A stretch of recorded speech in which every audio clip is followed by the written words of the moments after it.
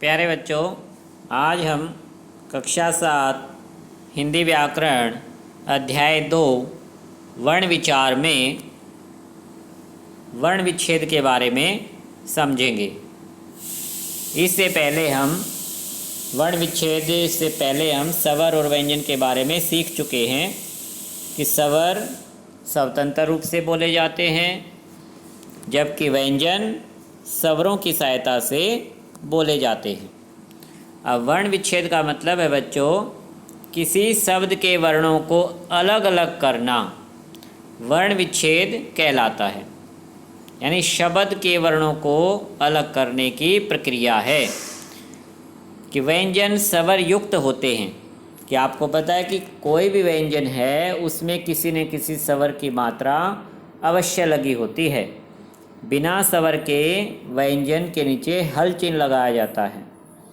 इसलिए वर्ण विच्छेद करते समय व्यंजनों को ए रहित रूप में लिखा जाना चाहिए कि जिस व्यंजन में ए स्वर शामिल है उसमें से ए स्वर को अलग कर देंगे और व्यंजन के नीचे हल चिन्ह लगाया जाता है। तो इस प्रक्रिया को ही बच्चों वर्ण विच्छेद कहा गया है। आइए इसे समझते हैं। जैसे सरोज, सरोज शब्द में मुख्य रूप से 3 वर्ण हमें दिखाई दे रहे हैं, जैसे से, रो और जय। अब इन तीनों वर्णों में से भी हमें व्यंजन और स्वर को अलग अलग कर देना है। जैसे से व्यंजन में से जब हम व्यंजन को अलग करेंगे और स्वर को अलग करेंगे तो से के नीचे हल चिन्ह आ जाएगा और प्लस लिखा जाएगा ए, क्योंकि से व्यंजन में ए स्वर शामिल है। तो इस तरह से प्लस ए। इसके बाद रो, रो में रे में से जब ओ की मात्रा को अलग किया गया तो रे प्लस ओ, मात्रा की बजाय स्वर लिखा जाता है वर्ण विच्छेद करते समय।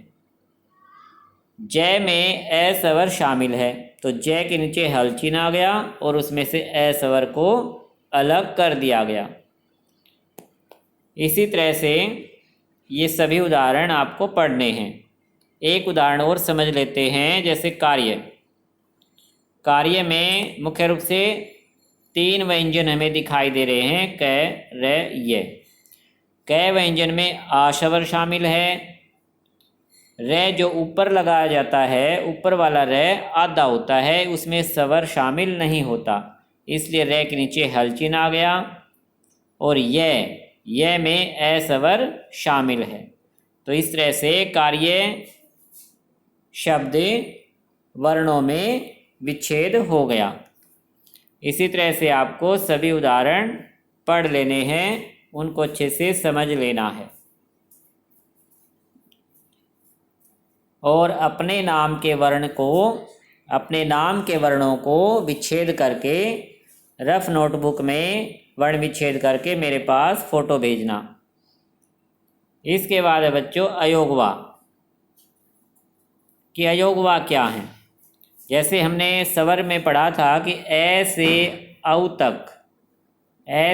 तक हमारे स्वर होते हैं, लेकिन उसके बाद भी हम वर्णमाला में पढ़ते हैं कि अंग ए है, तो इन्हीं को बच्चों अयोगवा कहा गया है। अयोगवा हिंदी में 11 स्वरों के अतिरिक्त 3 वर्ण अंग, अंग और ए है भी जोड़े जाते हैं, इन्हें अयोगवा कहा जाता है।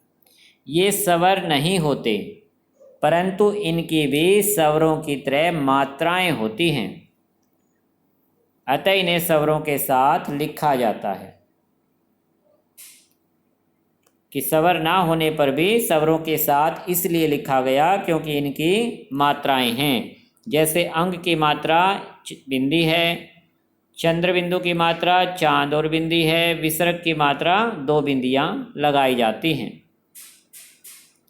अब इन्हें बच्चों बिना किसी वर्ण के सहारे के नहीं बोला जा सकता, स्वतंत्र रूप से नहीं बोला जा सकता, कि ये स्वतंत्र रूप से प्रयोग नहीं किए जा सकते, इसलिए इनको अलग ग्रुप बना दिया अयोगवा नाम से।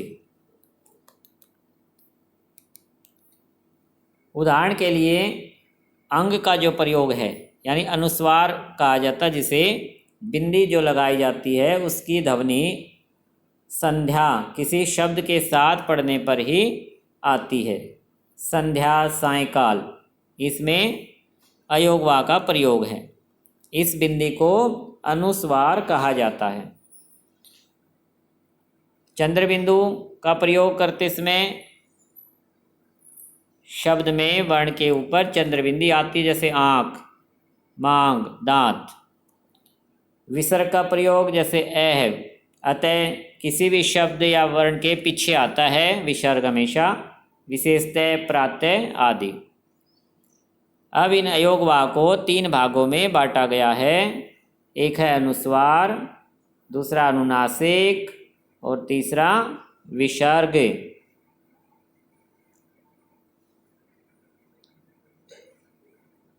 अनुस्वार के बारे में आपको एक लाइन याद रखनी है कि अनुस्वार का उच्चारण करते समय वायु केवल नाक से निकलती है।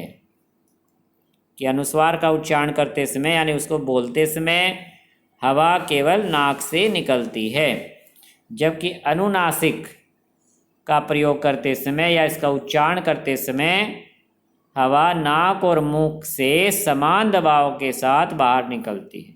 तो दोनों में यही अंतर है। अनुस्वार का उच्चारण करते समय हवा कहाँ से आती है? नाक से। अनुनासिक का उच्चारण करते समय हवा नाक और मुख दोनों से बाहर निकलती है। इसके बाद विसर्ग। विसर्ग का उच्चारण है की भांति किया जाता है। इसकी है की ध्वनि आती है, जैसे अतः है की ध्वनि आई, नमः, प्रातः आदि। इसके अलावा बच्चों एक और मात्रा है अ, कि आ और ओ के बीच की ध्वनि, जैसे बोल, डॉक्टर में चांद लगाया जाता है, जिसकी ध्वनि आ और बी के बीच, आ और ओ के बीच की ध्वनि होती है। इसे आगत वर्ण कहा जाता है, क्योंकि यह दूसरी भाषा से आया है। अंग्रेजी भाषा से यह ध्वनि आई है।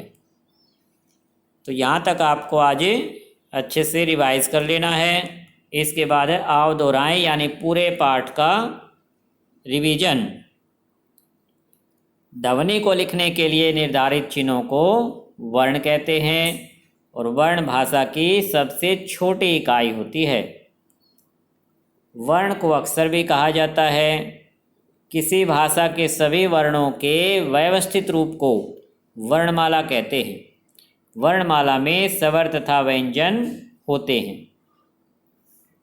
स्वरों की संख्या 11 और व्यंजनों की संख्या 33, और दोनों मिलाकर वर्णमाला में 44 वर्ण होते हैं। जिन वर्णों का उच्चारण करने में वायु बिना किसी रुकावट के मुख से बाहर आती है, यानी जिनका उच्चारण स्वतंत्र है, उन्हें स्वर कहते हैं। दूसरे शब्दों में हम कह सकते हैं कि स्वर का उच्चारण करने में किसी अन्य वर्ण की सहायता नहीं लेनी पड़ती। स्वरों के 3 भेद होते हैं: हर्षव स्वर, दीर्घ स्वर, प्लुत स्वर। व्यंजन स्वरों की सहायता से बोले जाते हैं। बिना स्वर की सहायता के व्यंजन नहीं बोले जाएंगे। व्यंजन 3 प्रकार के होते हैं: सपर्श, अंतस्थ और ऊष्म। इनमें सपर्श की संख्या 25, अंतस्थ की संख्या 4 और ऊष्म की संख्या भी 4 है। इस तरह से कुल 33 व्यंजन होते हैं। 2 भिन्न व्यंजनों के परस्पर मेल से, कि जब 2 अलग अलग व्यंजन मिलाए जाते हैं तो उसे संयुक्त व्यंजन बनते हैं। जैसे क व्यंजन में जब श व्यंजन को शामिल करते हैं तो अक्ष व्यंजन बनता है, और उसमें ए स्वर शामिल किया जाएगा। तो इस तरह से पूरा व्यंजन अक्षय बन जाता है। इसे संयुक्त व्यंजन कहा गया है। 2 समान व्यंजनों के संयोग से द्वित्व व्यंजन बनते हैं। कि बच्चों जब एक जैसे व्यंजन आपस में मिलाए जाते हैं, जैसे क में दूसरा क शामिल करना। इसका उदाहरण है पक्का, आधा क और फिर पूरा क। वर्णों को अलग अलग करके लिखना वर्ण विच्छेद कहलाता है, जिसे आज हमने समझा है। तो आज आपको क्या करना है, अपनी रफ नोटबुक में अपने नाम के वर्णों को अलग अलग करके लिखना और उसकी फ़ोटो मेरे पास ज़रूर भेजना। अब नेक्स्ट टाइम हम करेंगे इस पाठ का अभ्यास। अच्छा बच्चों, धन्यवाद।